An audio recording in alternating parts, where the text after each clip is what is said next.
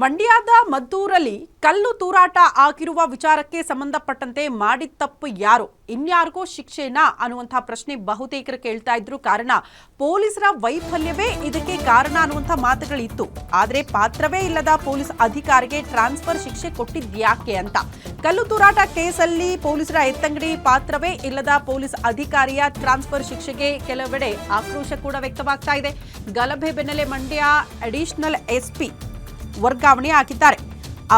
ಅಮಾಯಕ ಅಧಿಕಾರಿಯನ್ನ ಬಲುಪಶು ಮಾಡ್ತಾ ಸರ್ಕಾರ ಅನ್ನುವಂಥ ಪ್ರಶ್ನೆ. ಎಎಸ್ಪಿ ತಿಮ್ಮಯ್ಯರನ್ನ ವರ್ಗಾವಣೆ ಮಾಡಿ ಆದೇಶ ಹೊರಡಿಸಿದ್ದು, ಎಎಸ್ಪಿ ತಿಮ್ಮಯ್ಯ ಸ್ಥಾನಕ್ಕೆ ನವೀನ್ ಕುಮಾರ್ ಅವರನ್ನ ನೇಮಕ ಮಾಡಲಾಗಿದೆ. ಬಳ್ಳಾರಿ ಹೆಚ್ಚುವರಿ ಪೊಲೀಸ್ ಅಧೀಕ್ಷಕರಾಗಿ ನವೀನ್ ಅವರನ್ನ ನೇಮಕ ಮಾಡಲಾಗಿದೆ ಅನ್ನೋದರ ಡೀಟೇಲ್ ಸದ್ಯ ಸಿಗ್ತಾ ಇದೆ. ಎಎಸ್ಪಿ ತಿಮ್ಮಯ್ಯ ಅವರಿಗೆ ಯಾವುದೇ ಸ್ಥಳವನ್ನ ತೋರಿಸದೆ ಎತ್ತಂಗಡಿ ಮಾಡಲಾಗಿದೆ ಅನ್ನೋದ್ರ ಬಗ್ಗೆ ಮಾಹಿತಿ ಸಿಗ್ತಾ ಇದೆ.